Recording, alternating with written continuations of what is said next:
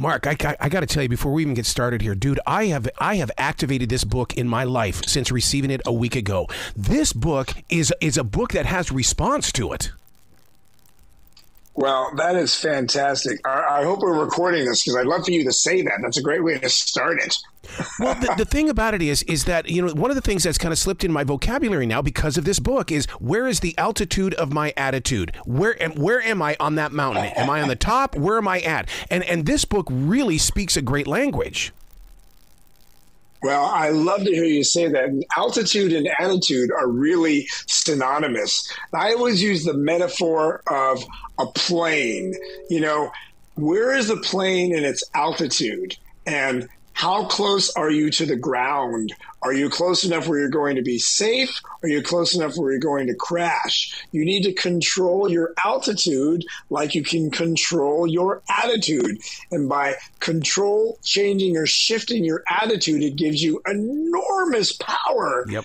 And your attitude is what drives your behavior. And people don't realize that. That's huge. So by shifting your attitude, you're changing your behavior. By changing your behavior, you're shifting the consequences of your life. And this is A times B equals C. This is the attitude equation created by my co-writer and one of the mentors of my life, Dr. Jim Samuels. And then I get out and I speak to all these corporate audiences and I just preach the gospel. Yeah. But I thought, how fun if we interview all these top performers in different fields about their attitudes. And what I got exceeded my expectations. These people told me amazing stories, not only about how attitude determined their successes, but determined their failures, and how shifting their attitudes really created such a profound difference. Because at any point in time, you have the power to shift your attitude. Yep. And all it takes is a decision to choose an attitude that serves you. And one side note, when you make a decision, you are cutting off all other possibilities. Truly, you know what it's like to really make a decision. Yeah. And that means you're making a commitment. When you make that commitment, it's almost like there's no turning back. And there's a story I'd love to tell you about Cher that has to do with that. But let me hear from you a little bit. I'll tell you the Cher story a little bit. One of the things that I really, you give me the opportunity to feel like that I'm not an outsider in this book, in the way that I always tell people, I don't have a job, I have a choice. Now, if I make a bad choice, I affect other people. I don't want to do that. So therefore, make the better choice. That's the better attitude. Absolutely. I love how choice and attitude are also interchangeable. I mean, you just sound like you're just on fire. I think you and I got to get together, man. We sound like we're up from the same mold, man. So I really enjoy. I'm loving hearing what you have to say so far. So let me tell you a quick story, because stories are great. Tell you a story to share, because I've learned so much about attitude by working with these incredible people. Because I work with Cher, Stevie Nicks, Billy Idol, Simple Minds, Foreigner. What's her name? Pink. Oh, yeah. Sheryl Crow, Billy Idol. And these people have showed me so much. So a quick story of Cher. So we're getting on stage. It's the third show of the tour. Cher's on her platform. Her platform is being lifted up to the top. We start the show, but I can't hear her sing. She's 40 feet above. Oh, I'm close to the platform, so I can't see her. I see the platform coming down. And then all of a sudden, one by one, every band member stops, and they're looking up in horror. And then I look at the audience. The audience has this collective countenance of like, oh, my God. And then when the platform comes down low enough, I realize I see what everybody else is seeing. Cher is 20 feet above the platform. She's caught in the truss behind the platform. So we were in Cleveland, Ohio. They had an overactive air conditioner that was swaying the platform back and forth. It crashed into the truss, a 1 in a billion chance that the little safety harness that was designed to keep her on the platform got caught in the truss. And I see little dangling Cher feet, and it sounds kind of cute. It was scary as hell. And the techs quickly realized that they needed to lift the platform up. She would need to unhook herself. So they did. They lifted the platform up. I could not see her because I was directly below the platform because she was next to the drums. But I heard this thump, and I just prayed she was okay. And as the platform came down, I saw she was shaking. Yeah. She had fear in her eyes. And when she got down, they escorted her off the stage, and they left us with no adult supervision on the stage, not having any idea what was going to happen. And I looked at the musical director and I thought, I bet the show's over. Then I thought, I bet the tour's over because Homegirl doesn't need the stage. Grab my stick bag, about to jump off my drum riser. Cher comes bolting out behind the stage, runs fully to the front of the stage, almost falls off the front of the stage. She's running so quickly. She's breathing heavy. She has the mic in her hand. She looks at everybody. She says, "Come on, let's do this. Take 2." And we proceed to perform the entire show from start to finish. She performed the best show of her life. And that changed her life. It changed all of her lives because that show ended up lasting 3 years and she grossed $350 million. But think about that attitude shift. I mean, she could have at least stayed off the stage for one show, but she made a decision that she was going to serve not only the band, the dancers, the singers, the audience, the crew members. She made a decision to put that above her own fear and trepidation. That is an attitude shift. And when she made that decision and started running, there was no turning back. And because that was a very good decision, it changed her life. That's an example of an attitude shift because other people would have used the fear and the trepidation to prevent them. They would have made a decision and had an attitude that, the hell with this, because Homegirl didn't need the money, that's for sure. So that's an example of what I learned from Cher. And you don't think of Cher as being this tough, amazing performer, but she was fantastic. Wow. Don't you think that attitude actually starts with the inner core of yourself as well? Because, and I'll give you a good example here, is that I live in a forest here in South Charlotte, North Carolina, and there comes those times where you've got to let the tree go because there's something going wrong. This past week, I had to have alone time with the tree before I said, look, I'm going to put you back in the forest, but you're going to feed the forest now. But in order to change that attitude, I had to have connection. Absolutely. Well, connection, I also speak with neuro coach Heather Kreider. She's my partner and she runs my business and we do a speech. Mine is Hacking the Rockstar Attitude and ours together is Hacking the Rockstar Brain. And we talk about one of the foundations is connection with yourself and with others. And true connection is so powerful and so poignant.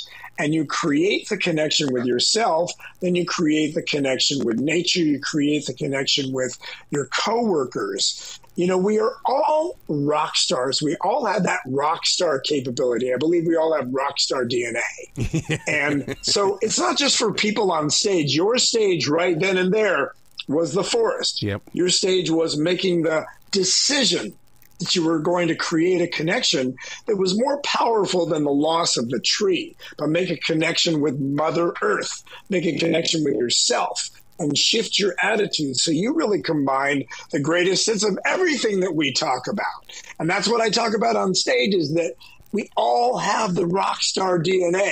You can throw your shoulders back, change your physiology, channel Mick Jagger. You can walk into your office proudly instead of sitting on the seat. Drummers, we call it a throne. If you decide you're sitting on a throne rather than sitting on a seat, what a different position, what a different attitude. It's a different approach. We talked about approach and attitude as being the same thing. You have that power. And people are unaware that they have that power. They think they're stuck. You have that power to shift that attitude, which changes your behavior, which changes the outcome. And then you had a positive outcome with the loss and the drop of this tree because you realize, hey, it's the tree's time to go. It's time to bond with nature. And you did, right? I'm very interested to find out why it took you 15 chapters to get to the identity. And the only reason why I bring that up is because I'm thinking to myself that because we needed the 14 before it to even understand what an identity is. Is that true? Well, not necessarily. I mean, I think that we just sort of categorized the book. I'm looking at the book right now, and we made kind of a definitive method. It was very challenging to categorize it because everybody's stories and everybody's philosophies are just as important as everybody else. And so I think it really is a matter of it's all important. There's no criteria. There's nothing that's more important. It really is all components of attitude. And for us, it was a matter of just categorizing people so people could also flip through the book and just choose who they want to read about. That's it. Because, somebody might be really interested in Jim Abbott, who was the rookie. They might be really interested in Grant Cardone. They may be interested in the slew of drummers. I had to do a whole section on drummers. I got to do a whole section on drummers, I say, because the drummers are my buddies, and these are the greatest drummers on the planet. Hannah Ford Welton, the drummer for Prince, and Kenny Aronoff, who plays with everybody, and Greg Bissonette, who plays with everybody, and Nate Morton, who plays on The Voice, Matt Sorum from Guns N' Roses. I played with Velvet Revolver. I subbed for Matt. I did 6 weeks of Ozfest with Velvet Revolver when Matt broke his hand. So I had that amazing experience too. So it was really a matter of trying to organize the book in categories. Yeah. You bring up Grant Cardone. I love his section because he talks about action, and activation and action are so important to my daily process. But the thing is, though, is that where people usually turn away from me, and I look at him in the eye and I go, but you're going to be held accountable. Accountability is everything when it comes to growing. Absolutely. Well, a few things about Grant that I found really fascinating. Is his harmony between his professional and personal life. I mean, this guy's a workaholic, but he involves his family and his work. Yeah. And he said something really interesting that kind of blew me away. He said, rather than striving for balance, I love this, by the way, I want to steal it, but he said, balance can be elusive, but harmony is achievable. Ooh. And I thought, ooh, right. Because for him, it's not necessarily about balance. It's about finding harmony. It's about making everything work together. And also one of his powerful points is he's really motivated by fear. He uses fear as his fuel. Yep. I don't personally use fear as my fuel, but hey, who am I to question a guy that's worth $600 million? It keeps him from complacency. He says he's faced bullies and failures, and he uses that fear to propel himself. He believes that legends are made in crisis, not in comfort. So again, we find these nuggets from all these different people that motivate us because we all resonate with different things. And that's one of the reasons why I get on the stage and talk about all these different attitudes and tell all these different stories, because my idea is I want everybody to whom I speak to be able to walk away with really useful information. And that varies from person to person because we're not constructed the same physically, emotionally, mentally. We are the product of everything we've been through. I also believe, having a daughter and watching her grow up, that it's, 50 nature and 50 nurture. Yeah. She was born with this personality. There's only so much influence I can have. And according to Malcolm Gladwell, by the time they hit being teenage years, 90% of their influence is their peers. Whereas when they're 5 years old, 10% of their influence is their peers, and 90% of their influence is you. So we get what we get from so many people in so many ways. That's why I interviewed 42 people, because you get 42 stories, 42 approaches to shifting your attitude. These people talk about how attitudes affected their successes, their failures, and their brilliant stories. And I was saying earlier, I got a chance to narrate the book. Wow, what an experience. But by narrating, I also had a chance to really read through it meticulously and realize, wow, there's some profound information from some amazing people, rock stars, all in their own rights. Yeah. They were just fantastic. I'm so grateful. They say there are 7 different ways that you can say a single sentence. I would love to see you on that live stage of motivation when you come up with this line here. Attitude is at the heart of all human behavior. I mean, that should be on a poster. That should be something, a mantra or an intention that we say every day as we walk through a forest. Well, here's my belief. Attitude is not what we do. Attitude is who we are. Yeah. Attitude is your foundation of everything. Because by understanding that, the reason why I think it's so important that people embrace that is they know that they have the power to change, control, or shift their attitudes. It's all about empowering yourself and empowering others. My belief is also that we are here to be of service. So your attitude affects the entire planet. And my belief is whether I'm talking to my daughter, whether I'm on stage playing drums, whether I'm on stage giving a speech or playing drums during my speech, I am here to be of service. Yep. Because my effect on the planet is critical. And I think that if we understand how important our attitudes are, we not only take responsibility for ourselves, we take responsibility for the planet and how we affect others. And it really is the butterfly effect. The butterfly effect is like, just the velocity of the butterfly's wings and how it moves the air over the course of 1 million years changes the entire ecosystem of the planet. So if you think that one way that you say a sentence can impact somebody differently, and then they take that impact and that influence, they influence somebody else differently, you have the power to really create extraordinary experiences, not only for yourself, but for everybody around you. But you need to take responsibility. Yep. You need to be aware just how important that is and how poignant that is. And it's responsibility. Your attitude is a responsibility. So I don't let people off easy. I challenge listeners and people that read this book to do one thing, and that is to step out into the true community. They always say, oh, the church is the community. I believe that, but I also believe that the true community is a grocery store. Go get a job at a grocery store and talk to real people, because Mrs. Helen could basically be, her husband's been cranky all day and she just needs a place of peace. Or Roger's got prostate cancer and he just wants to be listened to. And I think that this book is going to motivate people to get out there and get more involved with the community. You go, Arno. Arno. I called you Arno. Sorry. I absolutely believe that's true. And I also think, we're so used to saying, hey, how you doing?